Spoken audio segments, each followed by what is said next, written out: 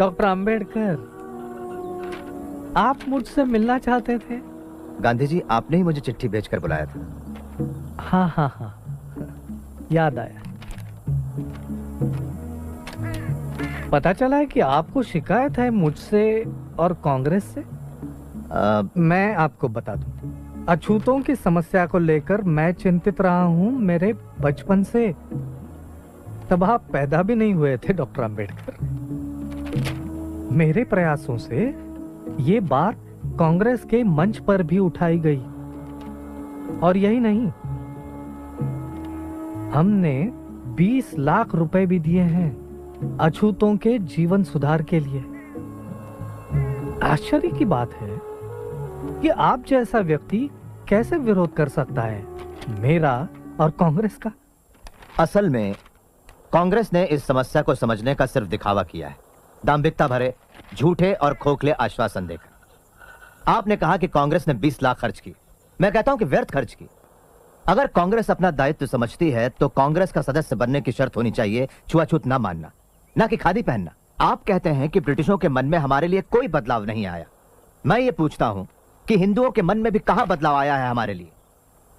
जब तक वो अड़ियल बने रहेंगे तब तक हम विश्वास नहीं करेंगे हिंदुओं पर, कांग्रेस पर या किसी महात्मा पर।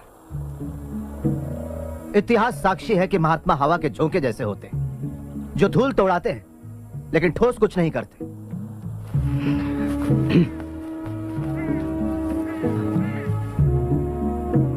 गांधी जी, मेरी कोई मातृभूमि नहीं। लेकिन ये सारा देश आपकी मातृभूमि है डॉक्टर अंबेडकर।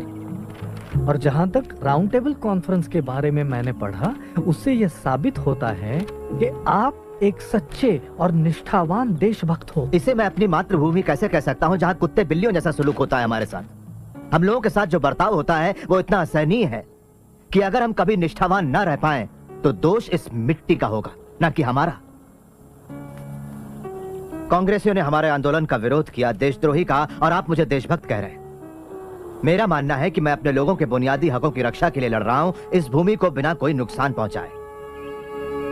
आप मुझे देशद्रोही कहें या देशभक्त, मुझे इसकी कतई परवाह नहीं।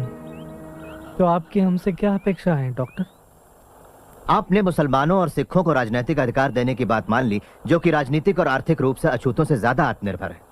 गोलमेज परिषद ने अछूतों के लिए इसी तरह के राजनीतिक अधिकारों की सिफारिश की है। आपका क्या विचार है?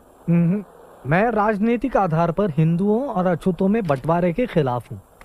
यह सरासर आत्मघाती निर्णय होगा।